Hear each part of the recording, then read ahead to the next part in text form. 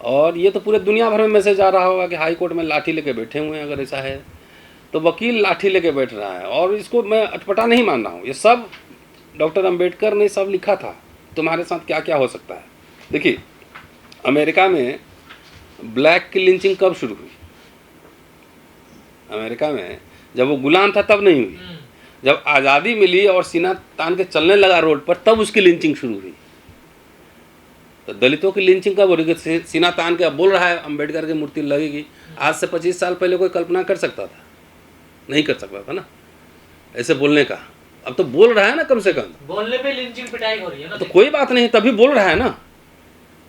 अब तो नेताओं को इन पॉलिटिकल पॉलिटिक्स हो रहा है सीधा, कि बाबा साहब और संविधान को नल एंड वॉइड कर दो। और जिसका नाम ले रहे हो यार, BN राव का, कम से कम उसी को तो पढ़ लो ढंग से। उन्होंने तो हिंदू विधि से शादी भी नहीं की थी। उन्होंने तो हिंदू कोड भी राव कमीशन बना था बाकायदा, महिलाओं के अधिकार के लिए। उसको भी तो पढ़ लो ठीक से। तो BN राव एक बहाना है बेसिकली। ये पूरा एजेंडा है अंबेडकर के पूरे कंट्रीब्यूशन को मिटाना है, संविधान को मिटाना है, इंडियन रिपब्लिक पे खतरा है। ये घटना नहीं लाठी लेकर कोर्ट में बैठना है, ये पूरा समझो सॉवरेंटी पे हमला है। भारत की संप्रभुता, राज्य के जो अधिकार हैं, जो पावर, उसके ऊपर हमला हो रहा है। क्या करें, कोर्ट में जाएं? डंडा से क्या डर में? अरे भाई, अब मैंने पहले ही कहा ना कि एक डंडे में गांव हाँकते थे, अब गोली मारनी पड़ रही है। अब इतने सारे डंडे लाने पड़ रहे हैं। इसका मतलब है ना, कुछ तो है रेसिस्टेंस समाज में। ये तो शुभ पॉजिटिव संकेत है। ये संकेत तो बहुत बढ़िया है कि पहले एक लाठी से पूरा गांव हाँक देते थे। सही कह रहा हूँ? गांव का गांव दलित भगा देते थे एक लाठी से, और वो भी उनके ज़मीन भी खाली करवा लेते थे, मजदूरी नहीं देते थे, मजदूरी देने पे पीटते भी थे मांगने पर। अब तो हाई कोर्ट में वकील जो कि संविधान विरोधी वकील लोग हैं, और जो कि बाबा साहब का मूर्ति का विरोध भी कर रहे हैं, वो लाठी लेके बैठे हुए हैं। तो सोचिए समाज कितना बदला है।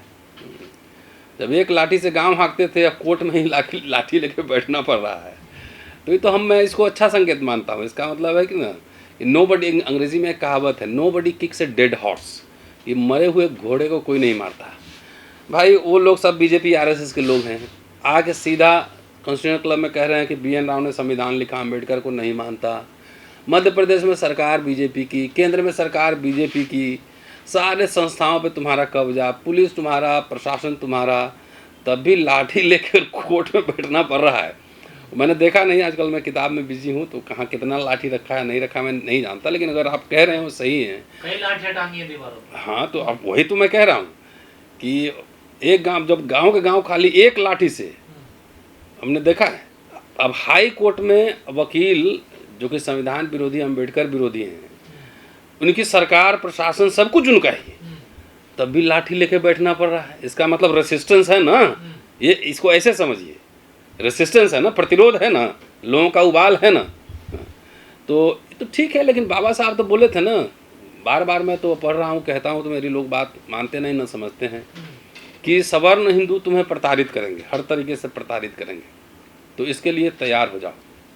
और अभी मैं पढ़ रहा था, अक्टूबर 1951 का पंजाब लुधियाना जालंधर में भाषण है बाबा साहब का, कि अगर तुम्हारे सच्चे प्रतिनिधि नहीं चुने गए, रिपीट कर रहा हूँ, कि तुम्हारे सच्चे प्रतिनिधि नहीं चुने गए, तो स्वाधीनता एक ढोंग बन के रह जाएगी। क्या रह जाएगी? आज़ादी एक ढोंग बन के रह जाएगी।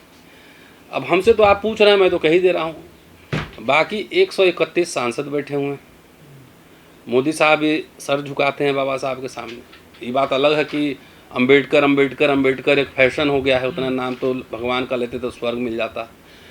तो ये पूरा जो संघ परिवार है ना, इसका 100 मुँह है। कोई कुछ और बोलेगा, कोई कुछ और करेगा, ये तमाम है। लेकिन जिस समाज को इस संविधान, सबको फ़ायदा हुआ। अगर वो वकील जो कोट पहन के बैठा हुआ है, अगर ये संविधान नहीं होता, ये न्यायपालिका नहीं होती, तो पंचायत गांव के पीपल के पेड़ के नीचे करता ना। जो मोटे रकम ले रहे हैं, जो मर्सिडीज में चल रहे हैं, वो मर्सिडीज भी उनको संविधान की वजह से मिली। सर सवाल ये है कि आप कोर्ट डंडों से चलेगा या कलम से चलेगा? ये तो सरकार से पूछो ना, सुप्रीम कोर्ट से पूछिए, ये केंद्र सरकार से पूछिए। क्या ये मध्य प्रदेश सरकार, सुप्रीम कोर्ट, केंद्र सरकार, सक्षम नहीं है कि ऐसे एलिमेंट्स हो वो कंट्रोल कर सके। कितने लोग होंगे? 1000, 1500, 2000? तो ये तो सरकार की इच्छा शक्ति को दर्शा रहा है ना। लेकिन मैं ये भी कहना चाहूँगा कि जो लोग बाबा साहब के नाम पे राजनीति करते हैं, जिनको एमपी बनना है, मंत्री बनना है, सांसद बनना है, पीएम बनना है, सीएम बनना है, हमको लगता है उनको इन सवाल पे गंभीरता से सरकार से सवाल पूछना चाहिए। ठीक है, जितने लोग बोल रहे हैं, आप जितने वीडियो सुने होंगे, आप मुझे ये बता दें किसी ने कोई रेफरेंस दिया है?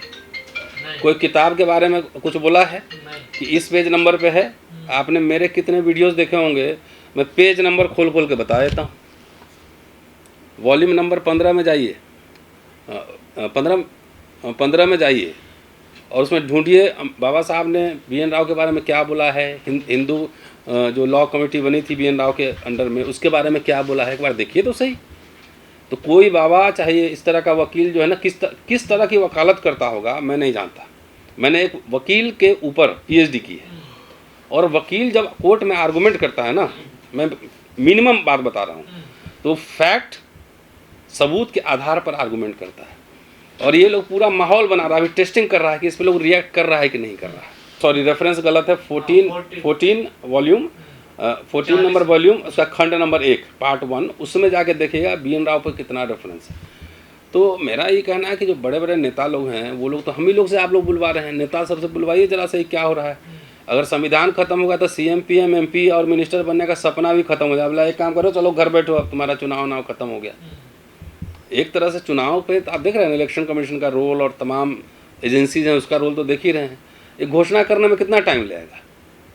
अभी तो भाई मुसलमान को टारगेट किया हुआ है, कभी 370, कभी कुछ और, कभी कुछ और, कभी वक्फ बोर्ड। हाँ, तो आप तो दलित हमारे पिछड़े भाई लोग समझ रहे हैं कि अरे ये तो मुसलमान के बारे में है, लेकिन असली निशाना तो यही लोग है। ये साबित हो गया कि जो संविधान ही खत्म, अम्बेडकर का अस्तित्व ही खत्म करने पे तुले हुए हैं, तो मुसलमान तो वैसे भी जी रहा था वैसे भी जिएगा।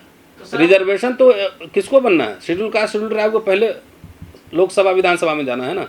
तो एक दिन एक झटके में, वैसे भी दो ही टर्म के लिए था ये, 10 साल के लिए 2 टर्म 10 साल के लिए ही था।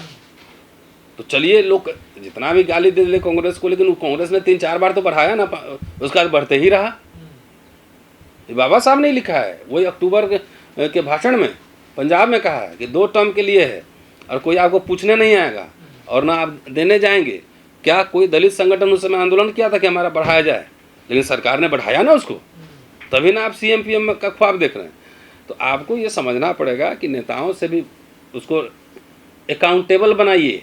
बाबा साहब की लाइन है कि अगर सही प्रतिनिधि नहीं चुने गए तो स्वाधीनता एक ढोंग बन के रह जाएगी। ये सवाल तो अब जो बाबा साहब परम पूज्य दिन भर बाबा नाम केवलम, बाबा नाम जय भीम दिन भर करता है नेता लोग, उनसे पूछिए कि इस पे क्या स्टैंड है, हाउस में वो क्या बोलेंगे। ये सवाल इम्पोर्टेंट है।